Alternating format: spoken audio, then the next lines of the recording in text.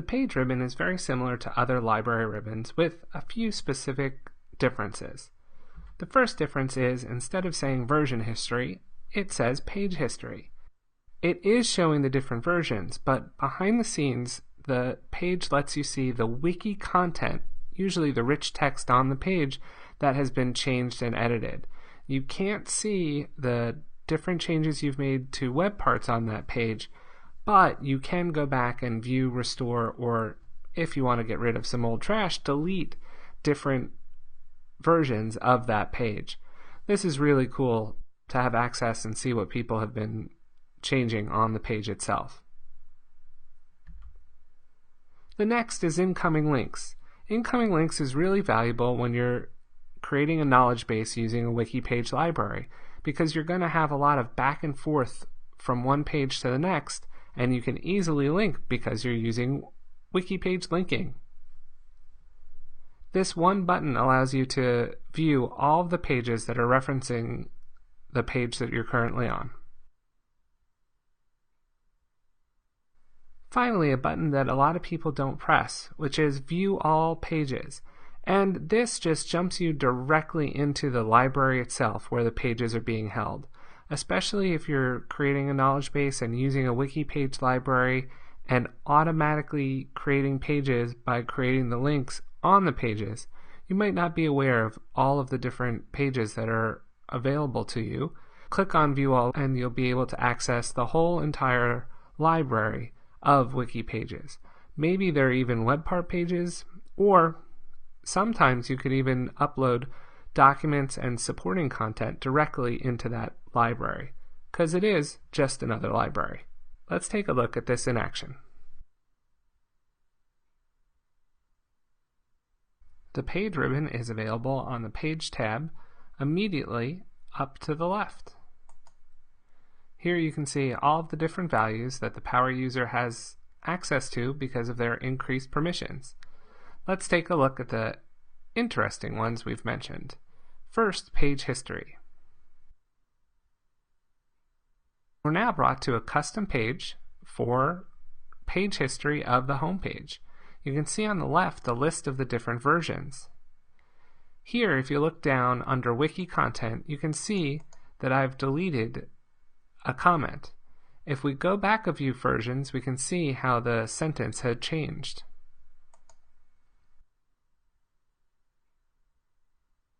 SharePoint 2013 is very interesting, and that if the sentence is very close, even if you delete a whole part and rewrite it, it only edits the small pieces that were different.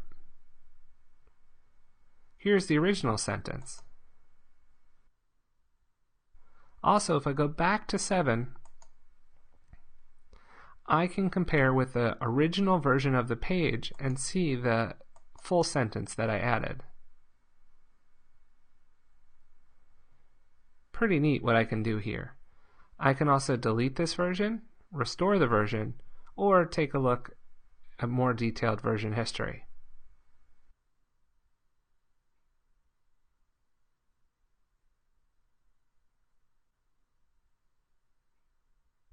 Now let's take a look at incoming links. For this home page, I want to know how many references are made to this page from other wiki pages within the site.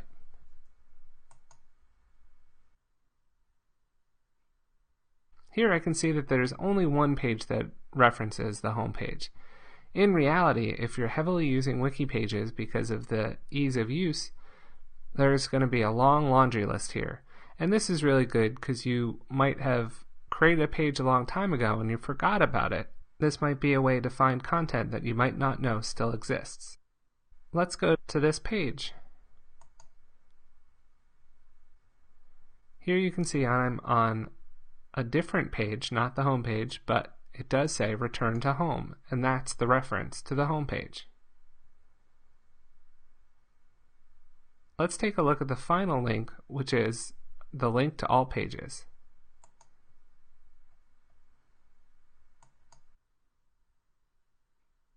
Here you can see I've been brought into the Site Pages library, and I can see all of the pages that are here. We have the home page, we have the How to Use library that I was just at, and a web part page that I've created. Out of the box, the SharePoint 2013 Team Site Pages are created within this Site Pages library.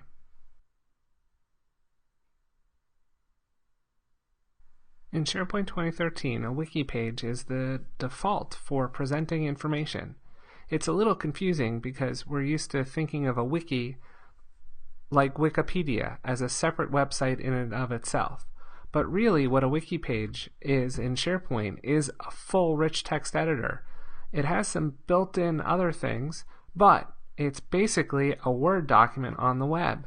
You can see the ribbon now has changed and looks more and more like a Word document, especially the styles that are much easier to use than in previous versions. Also, the wiki page continues to have a text layout feature that lets you choose columns and rows that you apply to the look and feel of that page.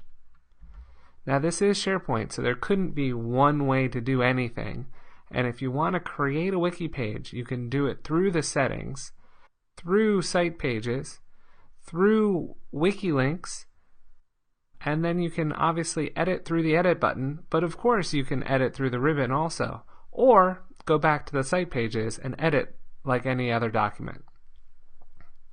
Mentioned twice previous are those wiki links, and there are a few different types of those links.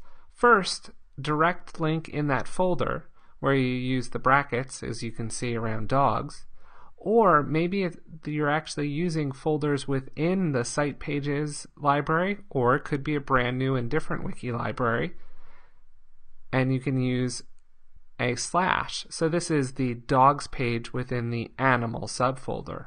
Or, this is pretty cool, in SharePoint you can actually directly link to a list item. So here you say list is equal to the links list, and you have an item that's called dogs. So all within the wiki pages you can use this powerful tool to link to pages within the wiki library or content outside of the wiki library. Let's see this live.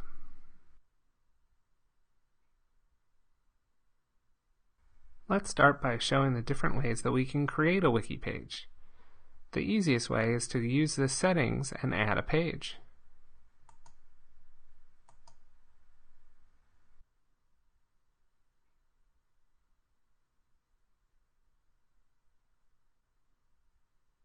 Here you can see that SharePoint 2013 demonstrates the URL that you'll immediately be able to use. Notice that I just added a space, and now SharePoint 2013, unlike SharePoint 2010, will add a hyphen instead of putting the %20 in the URL. Let's create this page.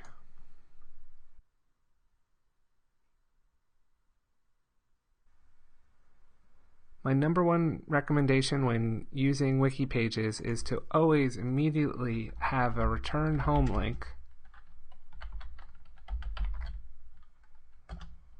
so that you can always go back to the main page, or maybe it's a subpage, and never lose your place within the wiki library. Another really neat feature of the wiki page is that you can add a new page from a link. So what I do now is I save this page, and I'll show you what happens.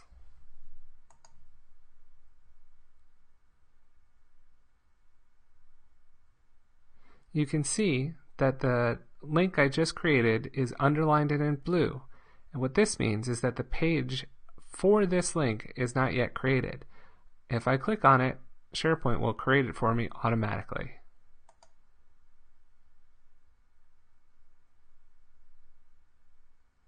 Do I want to create it? You can see the URL. While probably not perfect, for the demonstration purposes it'll work fine, and I'll create it.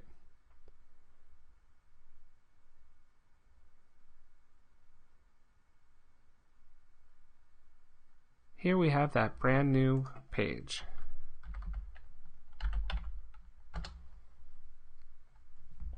Let's go back to the Pages library and show the final way that you can create a new page.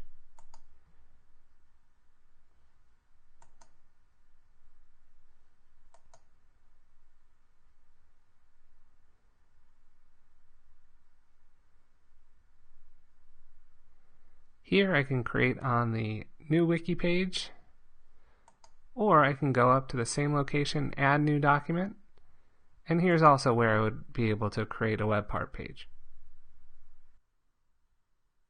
Now let's look a little bit deeper into how we edit a page. If I wanted to edit the home page from the document library, I can edit it just like I would a normal library item. Edit the properties, or click on it to go to and edit the actual item. So what makes a wiki so special? It's the rich text editor.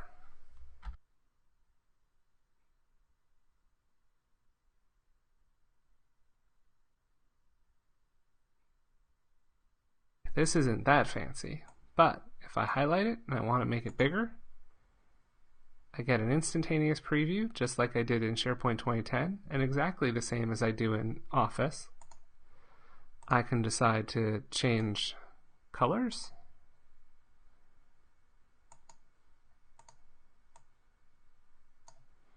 and even sizes of certain parts.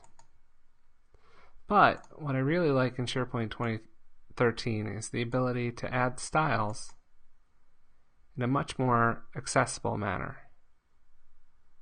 Here I can see it, again, just like Word.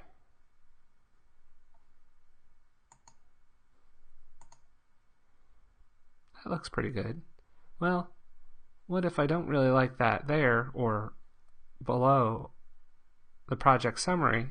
Now I can just drag and drop the project summary. Maybe I want training to be up here. Or maybe I want to change the text layout. Here you can see that I could make everything one column. I could choose to make it 3.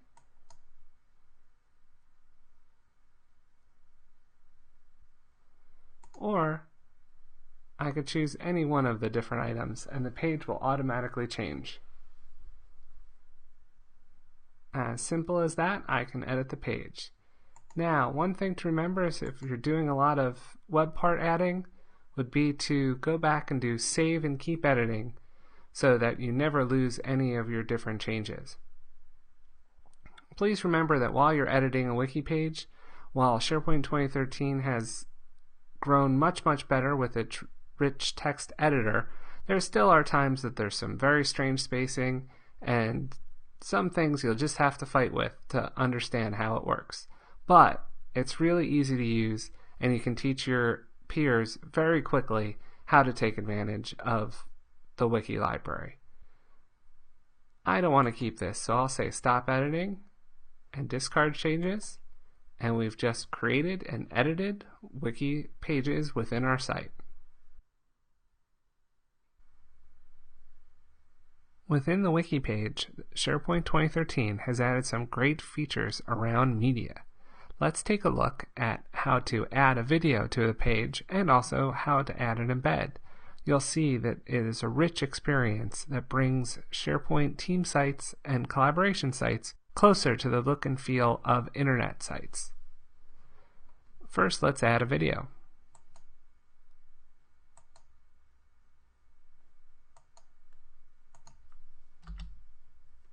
Go to the Insert tab, Video and Audio, add. I know I have one already in the asset library, so I'll select from SharePoint. Here you can see I'm already in the asset library, and the only video I have is right here. Now it embeds directly into the page, which never used to happen before without custom coding. You'll also see that you have a Media tab where there are different options within the ribbon. You can change the media out, change the preview image, change the title as it's seen on the page, loop the video over and over again, or make sure that it starts automatically when the person visits the page, and change the default size of the video on that page. Let's save and take a look how it looks.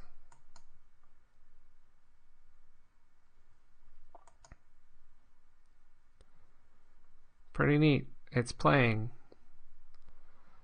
Alright, now let's see how you can add an embed.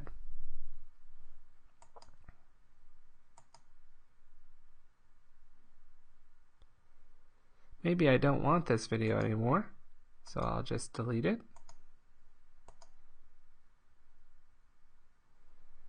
And instead, I'll add an embed from an already existing video or presentation.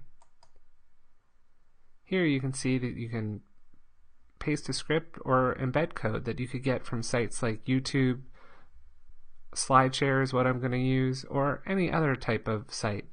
This sounds easy, but in SharePoint 2010 you couldn't do this without some custom code.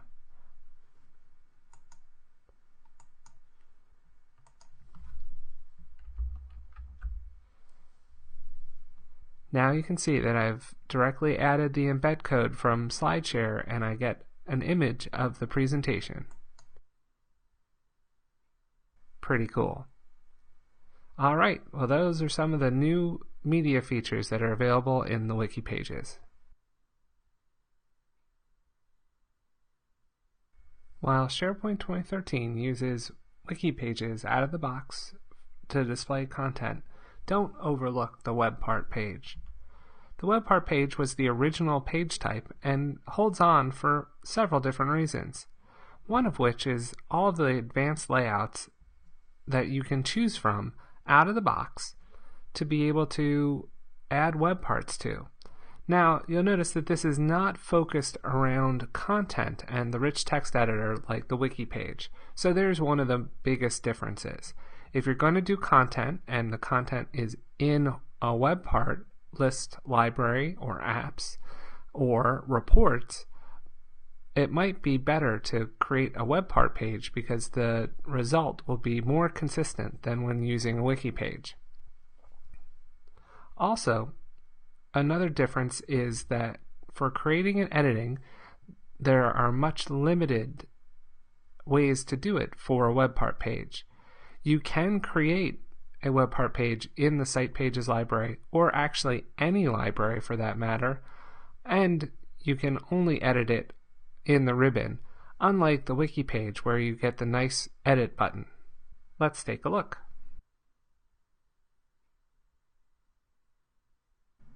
To create a web part page, I'm going to use the page ribbon of the home page here and create one in the Site Pages library.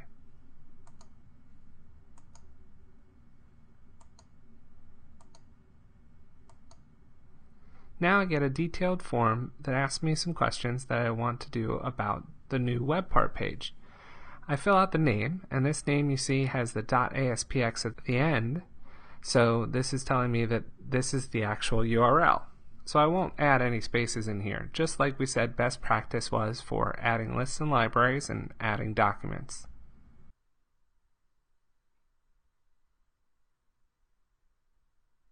Now underneath it you can see that I have multiple choices for different layouts, and SharePoint will present me with a preview of what that layout is. The most common is this current one, the header footer with 3 columns, but the one that I like the most is actually the header footer with 4 columns because it gives a lot of flexibility. One thing about the web part zones is that if it does not contain an actual web part in it, it will be hidden. So you have a lot of flexibility with moving items around. I'll go back to the top and take a quick look at all the different ones.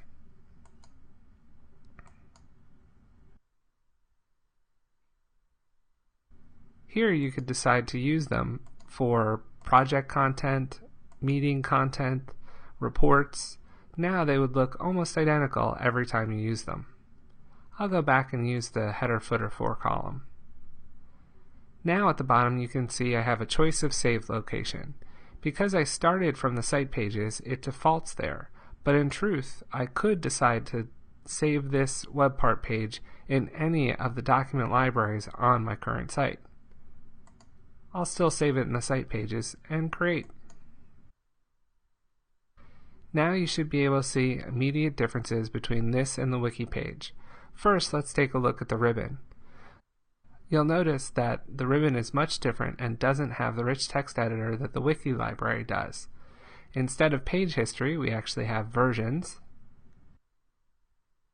And we don't have any of the other interesting items that we did about layouts and other functionalities that we could edit that we do within the wiki page. Here, we have to click on Add a Web Part to directly add a web part into one of these zones. I'll quickly go through an example.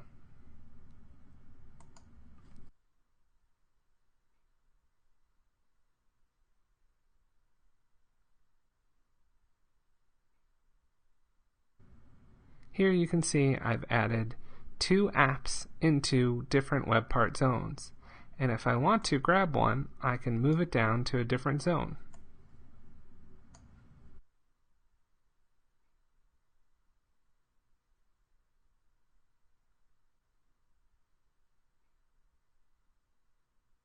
And I can move them again. Now if I stop editing, the page will align itself, and you can see that all of the different web part zones have hidden themselves, and that I have the 2 columns in the center. If I don't like this, I can go back and edit the page and move the web parts around again.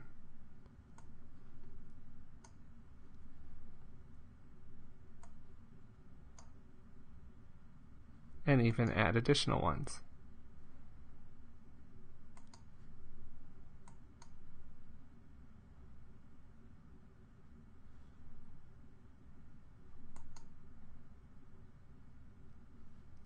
Here you can see I have a further variety of web parts in different web part zones. There you go, quick and easy, editing web part pages that are made for content based in web parts and not necessarily in rich text zones like the wiki library.